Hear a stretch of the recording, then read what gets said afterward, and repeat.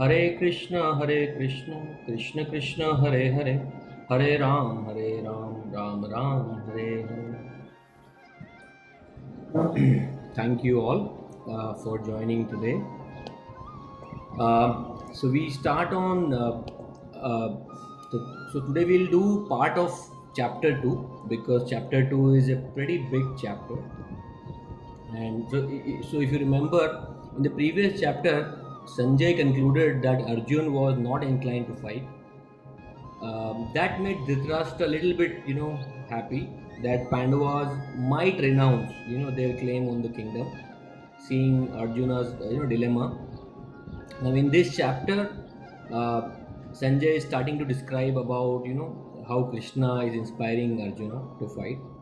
So this chapter is entitled as contents of, Bhagavad Gita summarized because it describes the subject matter of many other chapters which will come later on. So for example, it talks about karma yoga, talks about Gyan Yoga. It also gives a glimpse of bhakti yoga, and actually the entire Bhagavad Gita is about all these various kinds of yoga and the duties of human beings.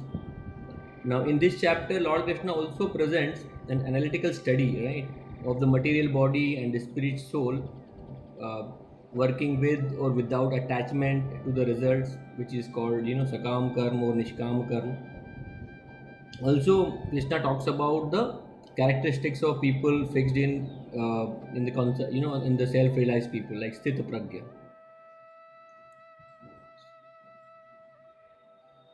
Now, just a quick recap on the first chapter, and which had, let's say, 46 verses.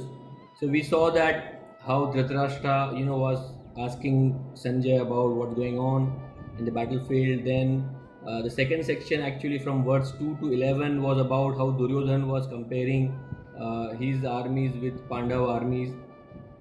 Then we saw the signs of Pandava's victory from verse 12 to 19. We saw how Kapidhwaja, how the conch shell of Krishna and Pandavas kind of shattered the hearts of opposite party. Then from verse 28 onwards, we saw that Arjun wanted to see the army.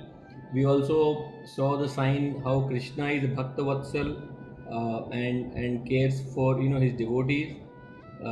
Also, in the verse 20 to 25, we saw Krishna taking the chariot between the two armies. Then if you look at 26, 27, Arjuna starting to become overwhelmed with compassion. And from verse 28 onwards, which is the last section of chapter 1, Arjun gave reasons not to fight. Anybody remembers those reasons or any reasons? uh, like what were the reasons given by Arjuna not to fight? Yes, Prabhuji. So first one was on the ground of compassion. Yes. That was the most important, I think, I believe you said. The second one was committing a sinful activity. That was the Correct. reason. Third one was, I'm not sure, but I think not doing the right thing, probably. And the fourth one was on the family ground, that if you kill somebody, then down the line, I think you mentioned how the culture and how the women who are widowed or by killing of the mans have their effect downstreams. So that are the four reasons. Yes. So Varna Sankar, destruction of family tradition. Yes. I think one is missing.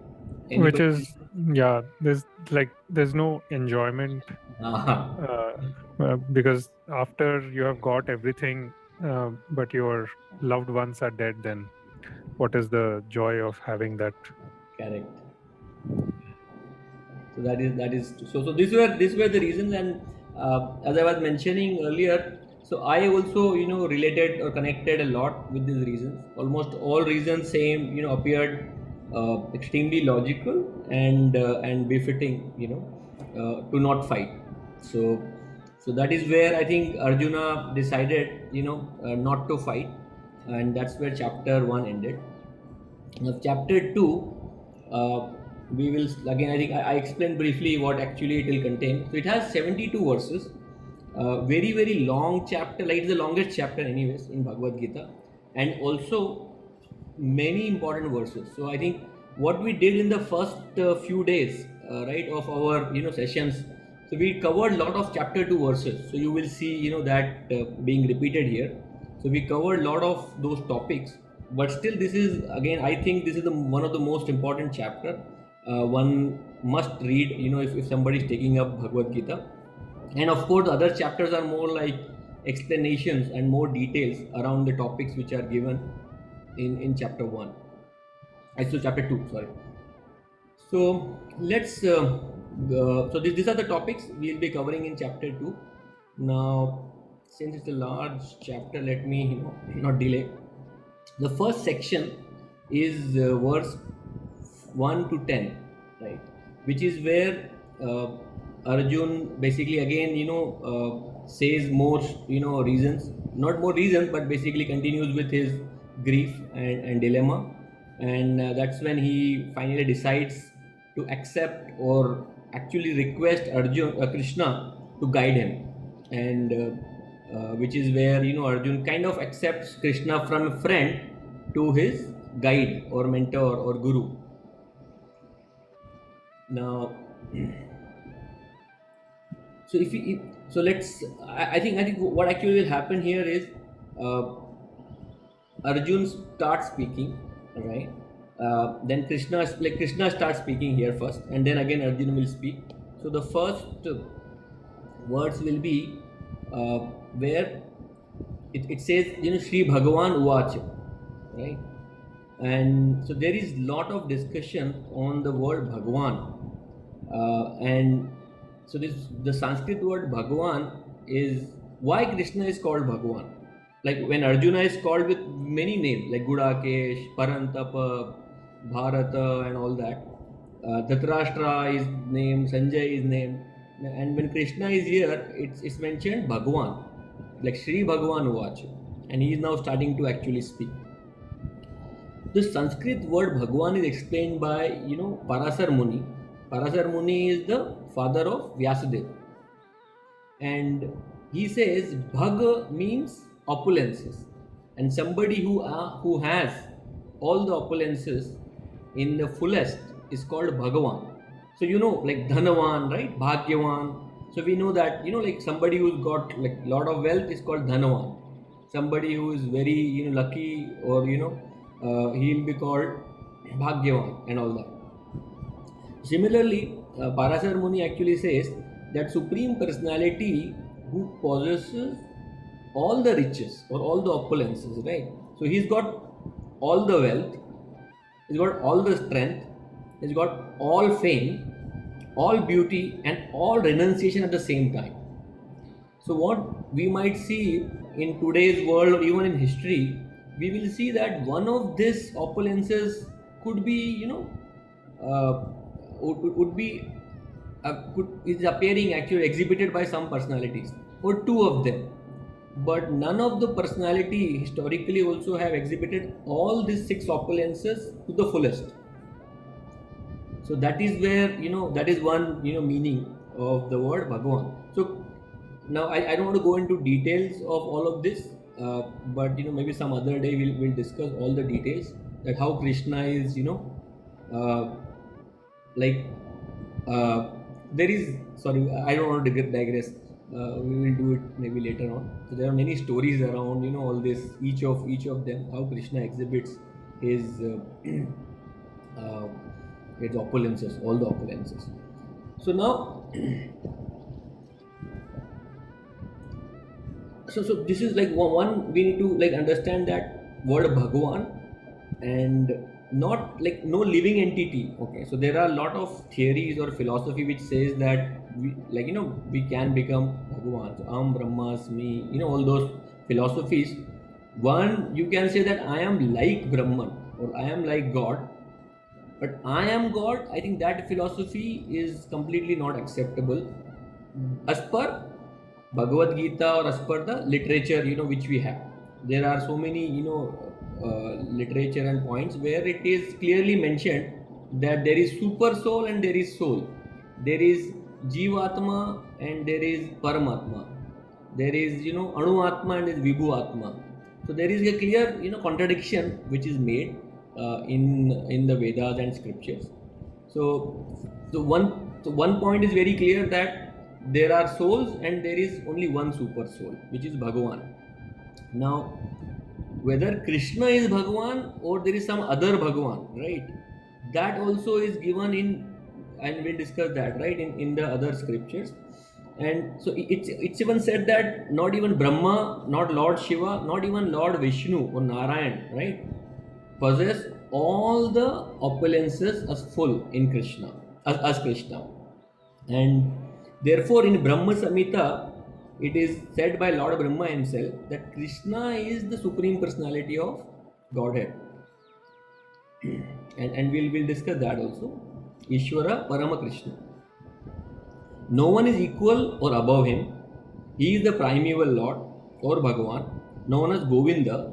He is the cause, supreme cause of all causes. Sarva Karana Karanam. So that's why, Bhagavan, Krishna is referred as Bhagavan through the Bhagavad Gita. Now, Bhagavan is the ultimate in absolute truth. And absolute truth is basically, there's nothing above that truth, right? That is why it's called absolute truth.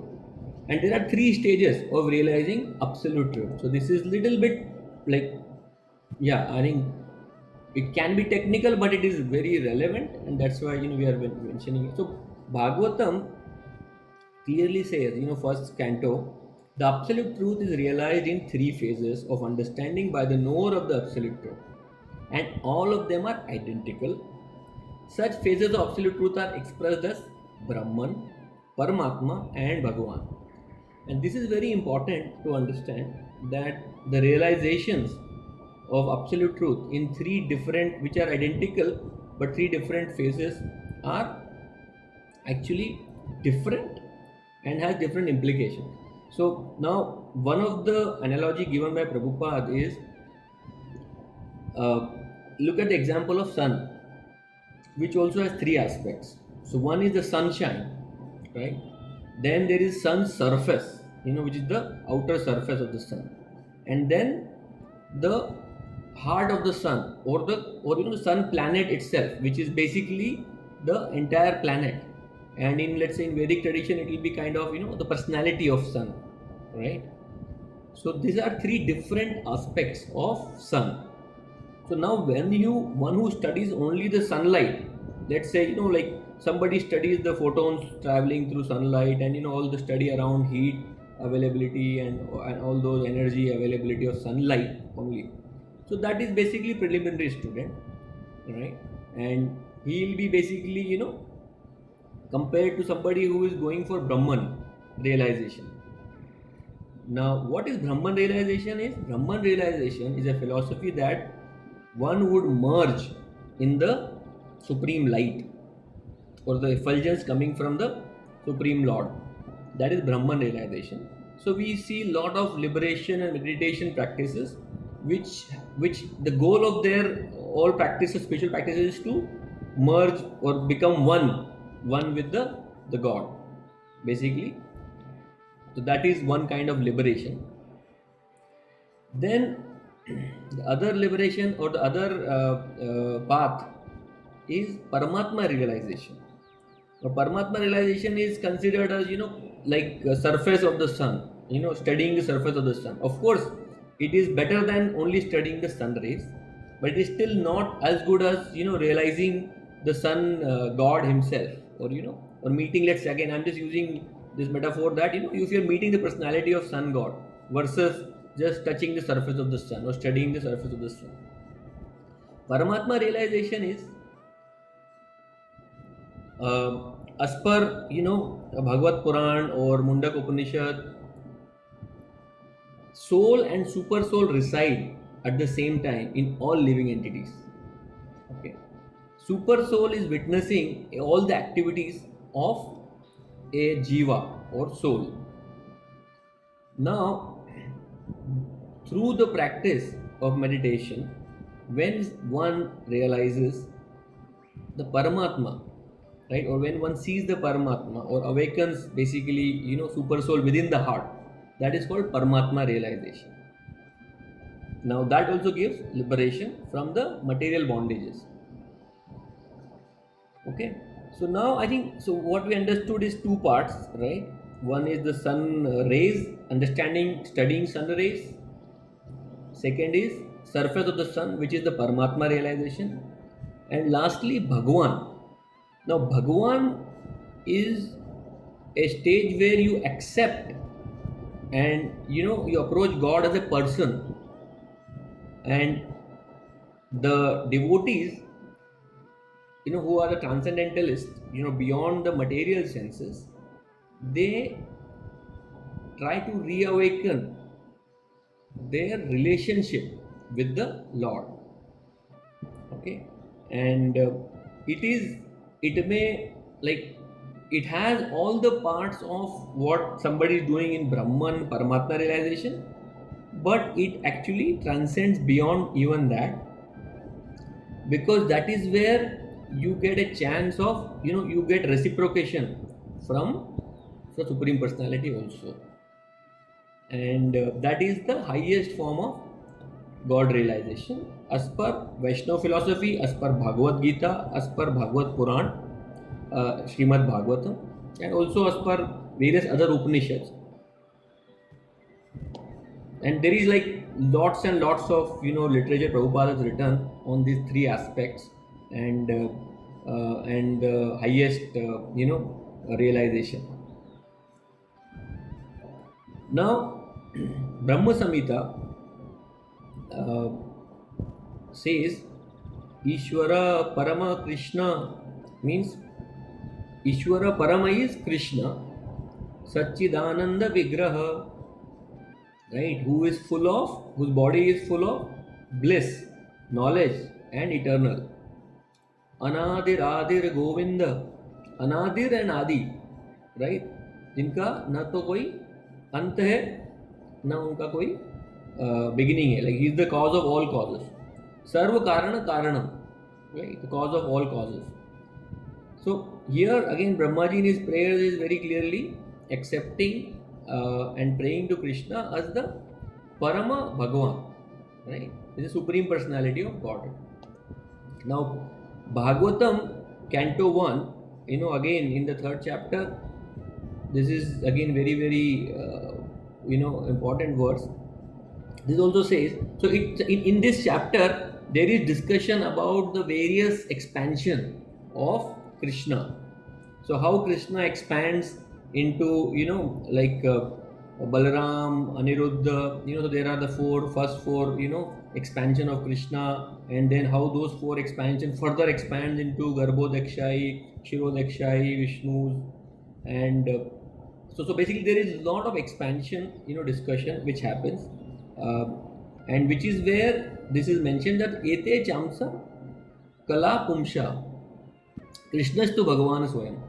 So all the list of the incarnation of Godhead submitted herewith are either plenary expansions or parts of plenary expansion of the Supreme Godhead. But Krishna is the Supreme Personality of Godhead himself. So very clearly it is given in Bhagavad Puran. Also in Bhagavad Gita multiple times there is mentioned by Krishna himself that there is nothing beyond me to be known. There is nobody before me.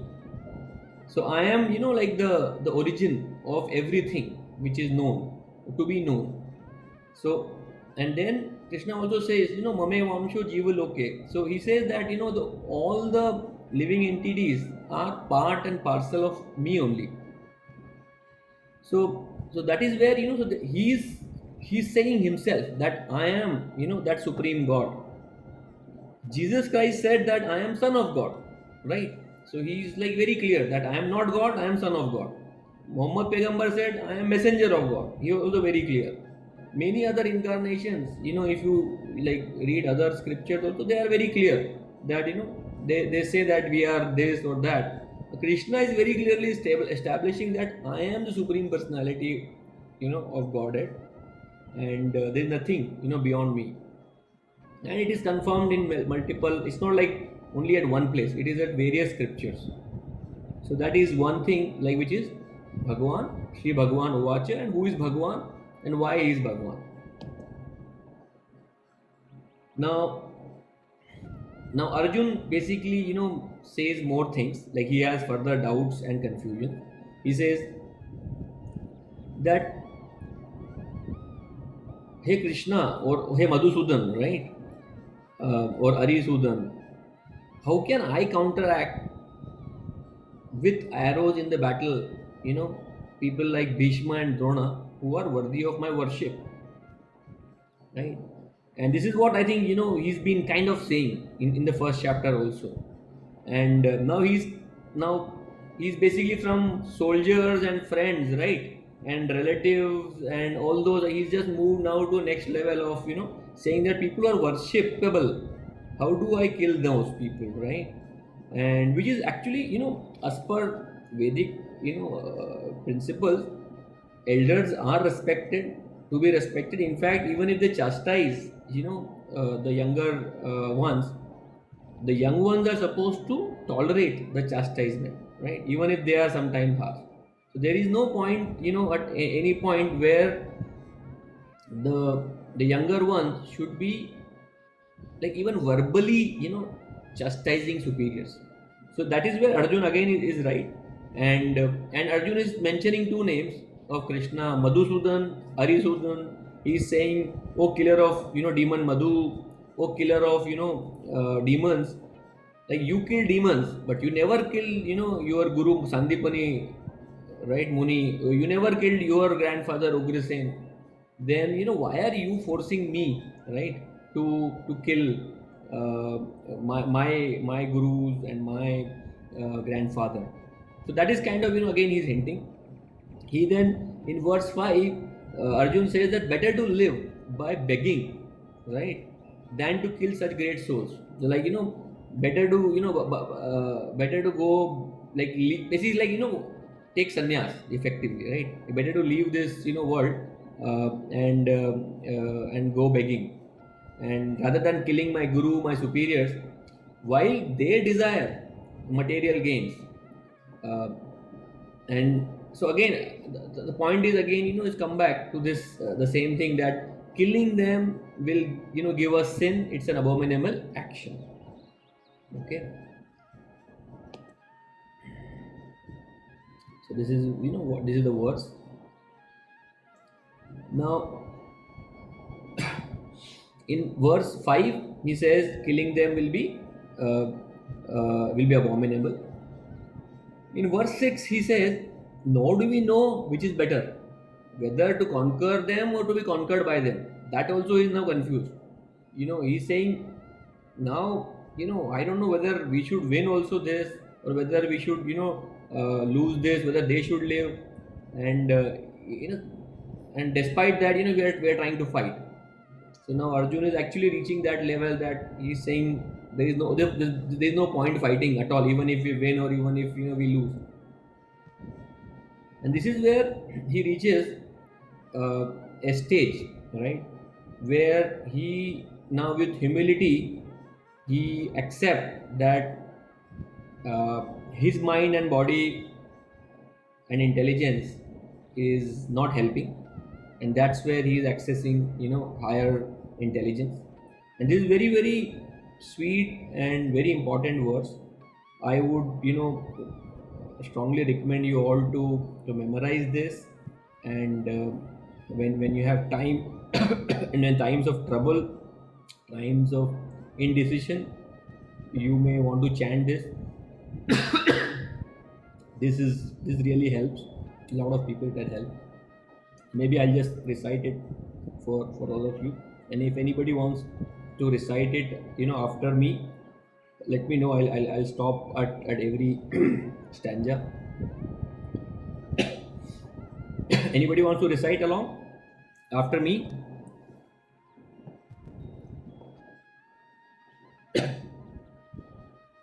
I'll speak very slowly anyways. So it is like this. कार्पण्यदोषोपत स्वभाव पृच्छामि त्वां धर्म सम्मूढचेताः यश्रेयस्यानिश्चितं ब्रूहि तन्मे शिष्यस्तेऽहं शाधि मां त्वां प्रपन्नम्. So now Arjun is saying that now I am confused about my duty and have lost all composure because of miserly weakness.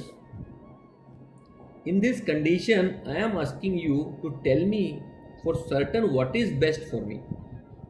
Now I am your disciple and a soul surrendered unto you. Please instruct me. So this is like, this is generally mode of a devotee when somebody has shraddha and faith and conviction, right, in his relationship, in his or her relationship with God.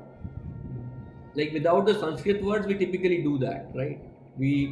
Or if we are not doing, we should do that, because our intelligence and mind is of course very limited, right? We know that. And if we access higher intelligence and higher powers, what is best for us, will be revealed. And that much confidence we should have in Lord's plan, and that is where we all are trying to reach. Effectively, that is the process of surrender. Now, why, like, so there is this word, right, karpanya, right? So we'll discuss that word also, in detail. So there is kripan and there is brahman, right? So these are the two. Kripan is miserly person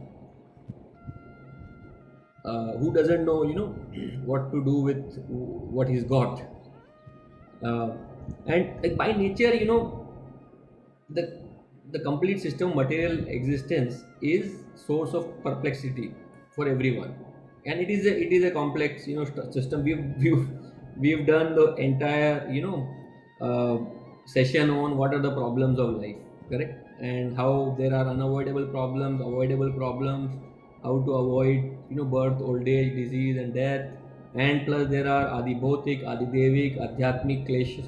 So there are like full menu of suffering, which keeps coming, and on the top of that we also have this situations of dilemma, indecisions, where there are two very similar paths which are available. So therefore one should, in every step of this perplexity, one should approach Lord Krishna in the heart through the prayers, or one should actually seek a bona fide spiritual mentor or guide, one who can selflessly give you proper guidance. And the aim should not be material success, once again, right? Like if you have to be materially successful, then you ask somebody who's materially successful in that situation. But if you want to be spiritually successful, and if you are a path of self-realization, then one should actually seek spiritual guidance, or especially guidance from a bona fide spiritual mentor, because they they have seen a lot, they have seen a lot of people in this situation. They'll be able to guide us to how to deal with some complex situations. So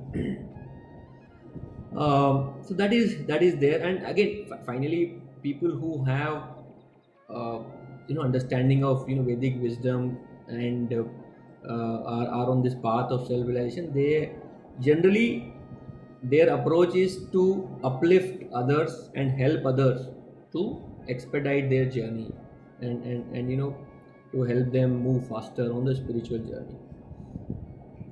So one should, therefore should not remain in this material complexities, but should approach a spiritual solution, and if not solution, spiritual solution, but at least from a spiritually minded mentor, a solution, because that definitely will break the pattern, if there is any. So now, what is kripana and what is brahmana?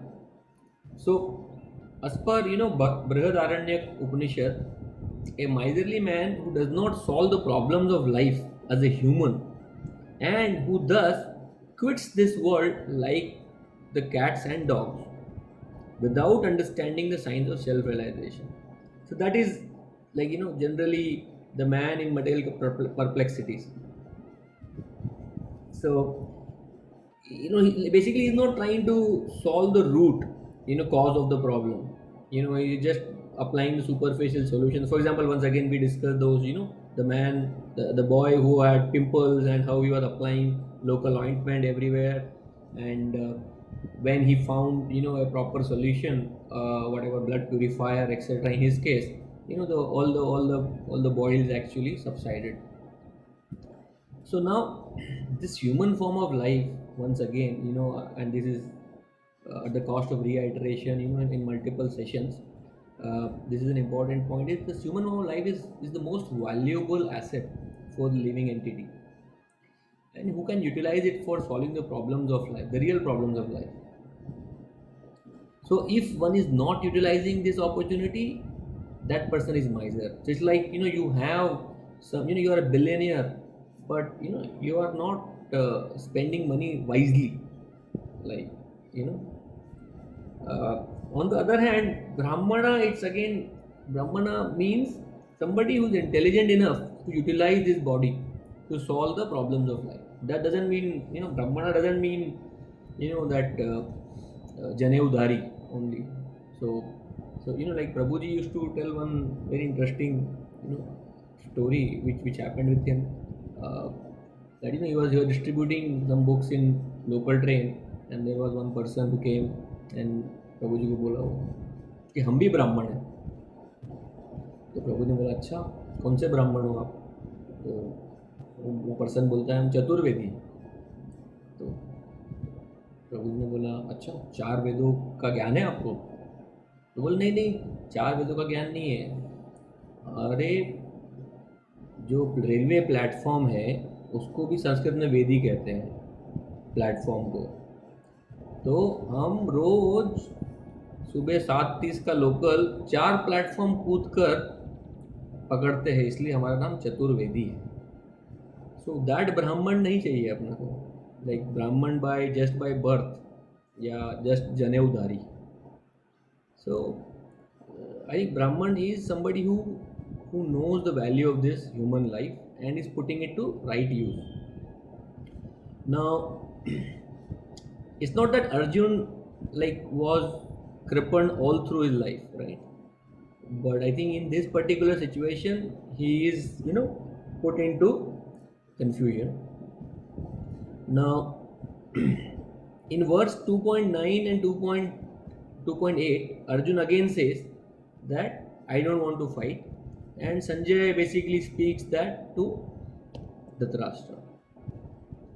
Now words 11 to 30 is where Krishna actually speaks the knowledge of body and soul, which is also the Sankhya Yoga or Gyan Yoga, because it is the analytical study of body and soul.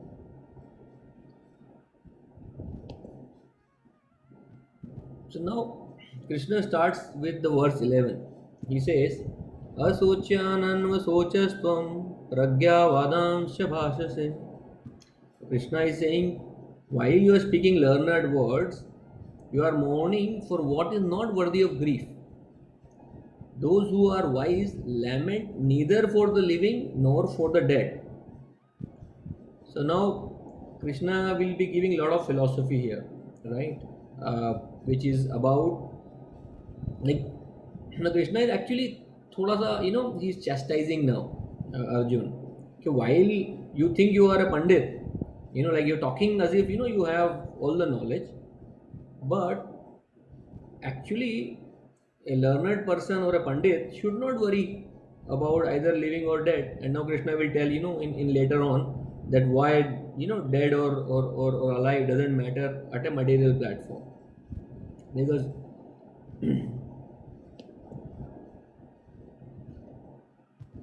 now and verse 12 he says na tvevaham jatunasham na tvam neme janadipa. Na cheva na bhavishyama sarve vayamata param. Never was there a time when I did not exist, nor you, nor all these kings, nor in the future shall any of us cease to be. So here Krishna is making couple of important points, and maybe for us we should observe this also in a different way also, which is one, so he's saying that we all existed, right? You existed, I existed, kings also existed in past, present, and future. Now, let us understand the situation of Krishna here. So, in let's say Katha Upanishad and also in Shvetashvatar Upanishad, it is mentioned that Supreme Personality of Godhead is the maintainer of innumerable living entities. So there are innumerable living entities, and he is maintaining in terms of different situations according to the individual work and reaction of the work, which is karma, right? Effectively, according to the karma of living entities, Krishna is maintaining them.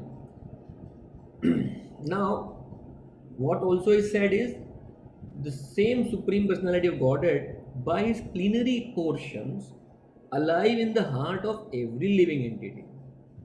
Okay, this is the Paramatma, right? Staying along with the soul, Jiva. Only saintly person who can see within and without the same Supreme Personality can actually attain to perfection, right? And so I am sure you would have heard this Nityo Nityanam Chetanas Chetasam. This is again, let Krishna or Supreme God is eternal and is always there, right? Now the point here is also another one. So there are some philosophies and some theories that, especially some of the Mayavadi philosophies, are that we exist because of Maya. What is Maya? Maya is this material existence. This is Maya. The moment Maya is gone or the material existence cease to exist, we will merge, right? We will basically disappear. We are actually God only, right? And because of Maya, we are actually Jiva.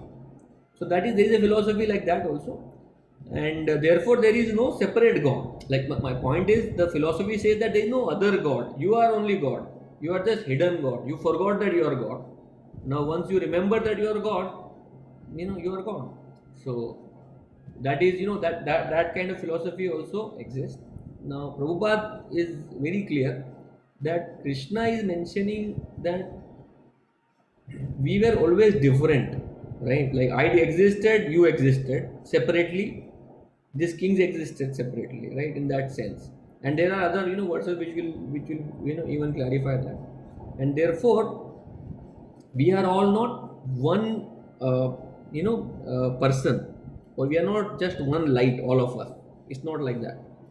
It's like that we all are individually existing in past, and we will remain individual in existence. So that is an important distinction, because there are a lot of confusing theories. Now this verse 13, we've discussed, this is again very very popular. I think I remember reading this in my Sanskrit class in school also, sometime back, many years ago. So what it says is, Dehi no asmin yatha dehe kaumaram yovanam jara tatha dehantara praptir dhiras tatra na muyati. So this Dehi, right? Dehi is basically the embodied soul. It continuously passes in this body from boyhood to youth to old age. The soul similarly passes into another body at death. A sober person here, or intelligent person, is not bewildered by such a change. So this is again very clear, and also I think now, like with science also, we know that how every 6 or 7 years the entire, all the cells of the body actually changes. So materially we are not the same, right? uh, but they're like we continue to exist, uh, and we remember what we are or what we were maybe 20 years ago. Now Krishna is saying that soul passes on from the body. He's giving one example of boyhood to youth and old age. Now somebody who has the knowledge of this constitution of individual soul, which is the spiritual nature and also the material nature, and also understanding of super soul, that person is called dhira. And that dhira person is never deluded by the changes of the bodies. That's what Krishna is referring. Now this is like what we know about us, right? So eyes, ears, face, hands, stomach, and all that. Right? So this is basically what is this? This is gross body, correct? And because we already covered this gross body and subtle body, I am not going into details of this. So once again, a quick recap of gross body, subtle body, soul, and super soul. Okay, this is our existence.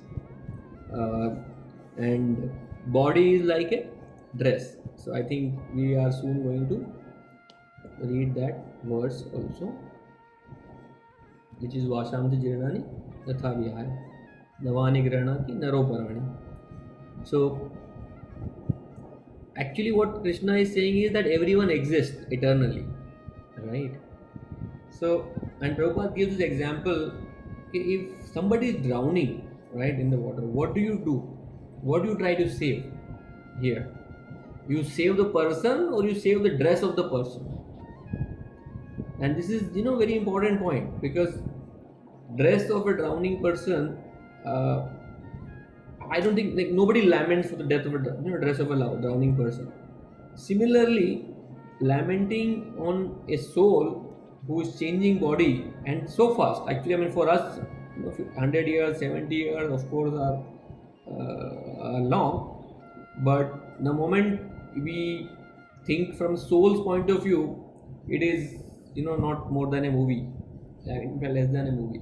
So, and I'm sure you read enough about relativity and how time is different in different dimensions, and in Vedas anyway it's given the time factor is very different.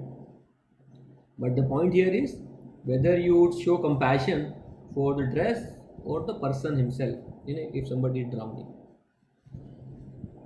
So because we covered the compassion part also in past, that compassion, if one were to show compassion, compassion should be for the soul, not for the body. While the needs of the body has to have to be met. I'm not saying if somebody is hungry we don't give food to them, but a higher level of compassion, or I would say deeper or a more permanent solution, would be to save that soul from taking birth again and again and again and falling into this misery. I think there is a question. So that is there. Now next is verse 14, which is again, this, like, all these verses are like gems. We should try to, if not memorize, write it down, go through this verses again and again and again till the time we remember the essence all through the day. So here is Matra Sparshastu Konteya Sitoshna Sukha Dukkada Agama Paino Nityas Tam Titikshasva Bharata. Now Krishna is saying, Konteya, O son of Kunti, the non-permanent, which is the non-permanent, correct?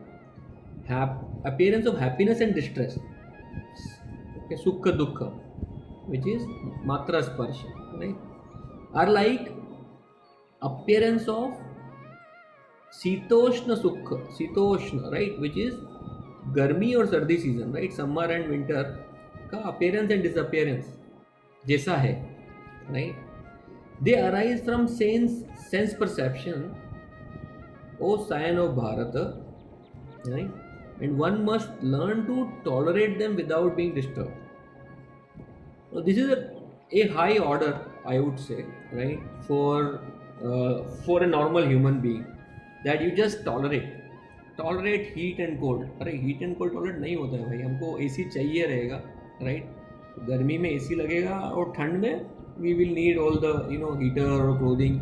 Bombay में नहीं लगता है heater, but north में you need heater or extreme winter clothing. So it's a very difficult practice to do. So when we can't handle the Sita Ushna, right, then handling Sukha and Dukha is actually a tall order. And Prabhupada gives example of, for example, the lady of the house, she'll cook all the 12 months, even in the summer, hot months of May and June. So he's giving example that like that, she tolerates heat of that. Similarly, one should actually tolerate the appearance of happiness and distress, and this will become, I think, clearer once. Okay, so it's a very difficult practice, no doubt about it. Can one do it? Yes, only when somebody has one practiced and developed a higher taste. Why are you doing it? That needs to be clear. Why are you tolerating anything? So once you have the goal in mind, then I think it's an easier job. Now, so there is this story of a golden ring, where let's say uh, there was a king who said that give me a gift that when I am actually sad, it makes me happy, and when I am happy, it makes me sad. So give me a gift like that. And so that's where one person actually gave him a golden ring, and in the golden ring, these words were inscribed, that this too shall pass, which is again, like if you are suffering, if you read that this too shall pass, it gives you some hope that there would be good days ahead. Similarly, when you are enjoying, there also one should read that this too shall pass, so one should remain sober even in their enjoyment. So this is like again referring to the matra sparshastu konteya words. Now, bad news, body is never alive. The matter is always dead. Good news is soul is ever alive. It's always is there. And which is where even verse 16, which says, those who are seers of the truth, okay, have concluded that the non-existent, which is the body, material body, there is no endurance. Material body has no endurance. And of the eternal soul, there is no change. So this they have concluded by studying the nature of the both. This is Krishna saying, right? That the seer of the truth actually says like this. And what actually it means is, body is changing every moment and it's perishable, right? And I think we discussed. While the soul, it remains exactly the same. It is eternal because it doesn't change, and that is one of the quality of the soul. That soul doesn't become big or small or old or young or and we discussed that earlier also. But that again it's come about. In verse 17, Krishna says that which pervades the entire body, you should know to be indestructible. No one is able to destroy that imperishable soul. So now there are 2 points Krishna is making in verse 17. Soul is indestructible, right? That I think it's said many times. Also, he says that it pervades the entire body. So it actually explains the real nature of the soul again, and of the many qualities which we discussed in our previous sessions. anyone can understand this, that it is spread all over the body. It is consciousness, right? The like when everyone is conscious of pain, pleasures, right? Part in any part of the body, but only his own body. Okay, so the consciousness of the soul is limited to his own body. It's not one cannot see feel the pain of somebody else. Now, also, there is a discussion about size of the soul. So, which is described as 1/10,000th part of upper portion of hair point. Okay. Now, this comes from Sthita-pragya Upanishad, which says that when the upper point of a hair is divided into 100 parts, and again each of such parts is further subdivided into 100 parts, each such part is a measurement of the dimension of the spirit soul. Okay, and like same version stated in Mundak Upanishad also, that soul is atomic in size and can be perceived by perfect intelligence. This soul, atomic soul, is floating in the 5 kinds or of air: pran, apan, vyan, saman, and udan.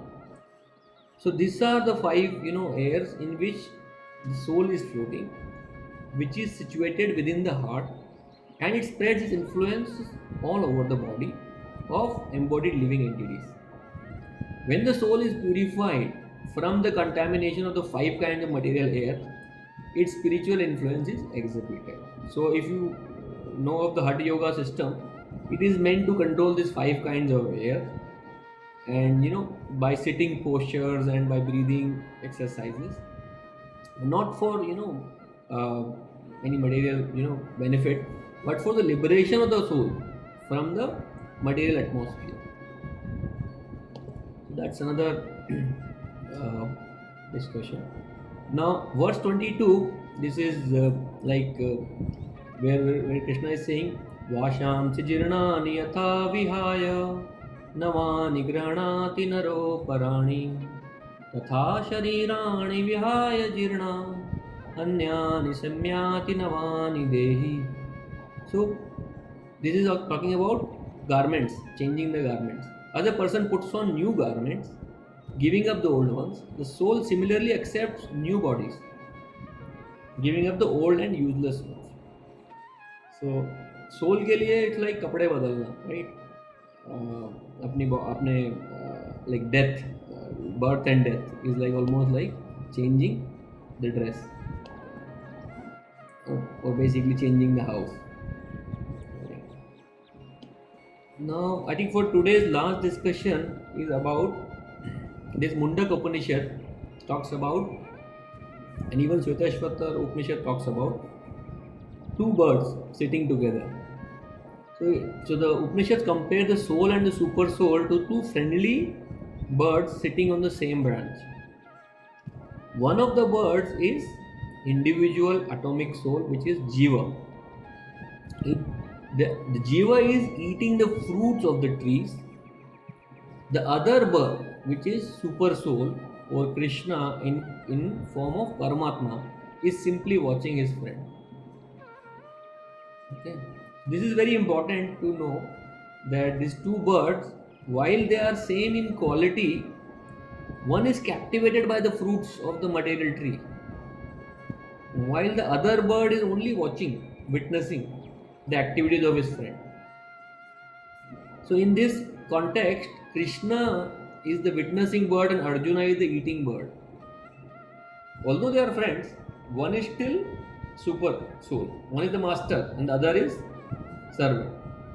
Now, forgetfulness of the relationship of this eating bird with the witnessing bird is the cause of all the problems for this eating bird. Sometimes he gets khatta, sometimes he gets meetha, sometimes he gets kadwa fruit, right? And sometimes he goes hungry, like in that sense. So the eating bird is trying to enjoy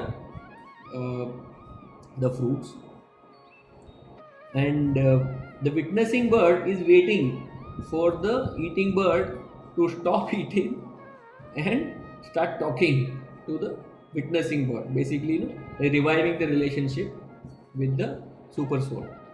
So the Jiva is struggling very hard, on this tree. But as soon as he agrees that the other bird is my, spiritual master or supreme, Lord, voluntarily surrenders to the Lord. So similarly, Arjuna is now kind of surrendered to Krishna, and that's where he's become, he will soon become free from all the lamentations. Now again, Mundaka Upanishad further says that although the two birds are in the same tree, the eating bird is fully engrossed with anxiety and moroseness as the enjoyer of the fruits of the tree.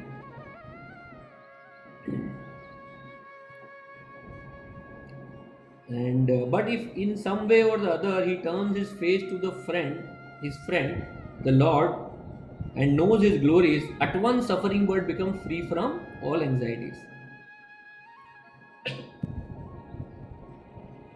So this is also, I think, again discussed in context of Arjun and Krishna, that now Arjun is turning towards Krishna, and soon he will, his all his anxieties will be resolved. So we can, I think, it's been an hour. We can stop here from my side, and happy to take questions.